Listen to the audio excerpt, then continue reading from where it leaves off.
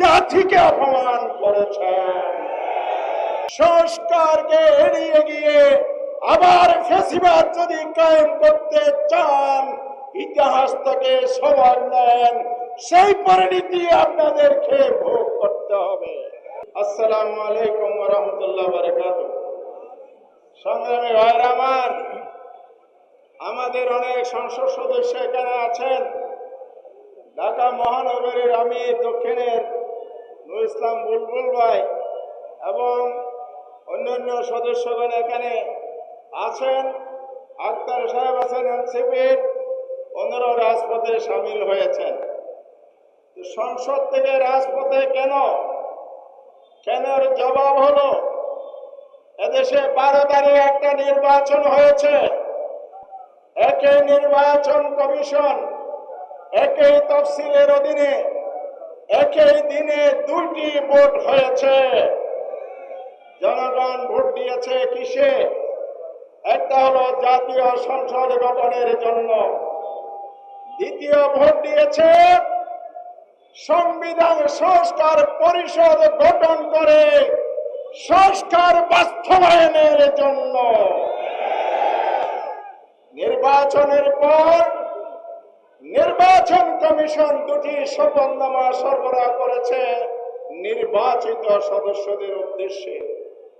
একটি শপথ সংসদ গঠনের জন্য সংসদ সদস্যদের শপথ, দ্বিতীয় শপথ হচ্ছে সংবিধান সংস্কার পরিষদ গঠনের জন্য সংসদের সংবিধান সংস্কার পরিষদের সদস্যের শপথ। এই 2টি হলো যমজ সন্তান। বাইপোড়া 12 ফেব্রুয়ারি 26-এর নির্বাচন, কিন্তু বিএনপি সুকৌশলে সংসদে শপথ নিয়েছেন, সাংবিধানিক পরিষদের শপথ নেন নাই।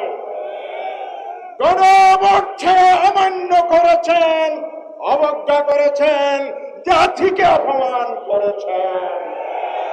শুধু কি তাই, সংসদ অধিবেশন সংস্কার অধিবেশন শেষ দিনে বিরোধী দলের নেতা আমির জামাত ডাক্তার শফিকুর রহমান স্পিকারের দৃষ্টি আকর্ষণ করেছেন। আজকের শেষ দিন, কি করবেন বলুন? সমাধান দিতে পারে নাই, সময় কম। আমাদের বার্তা সুস্পষ্ট।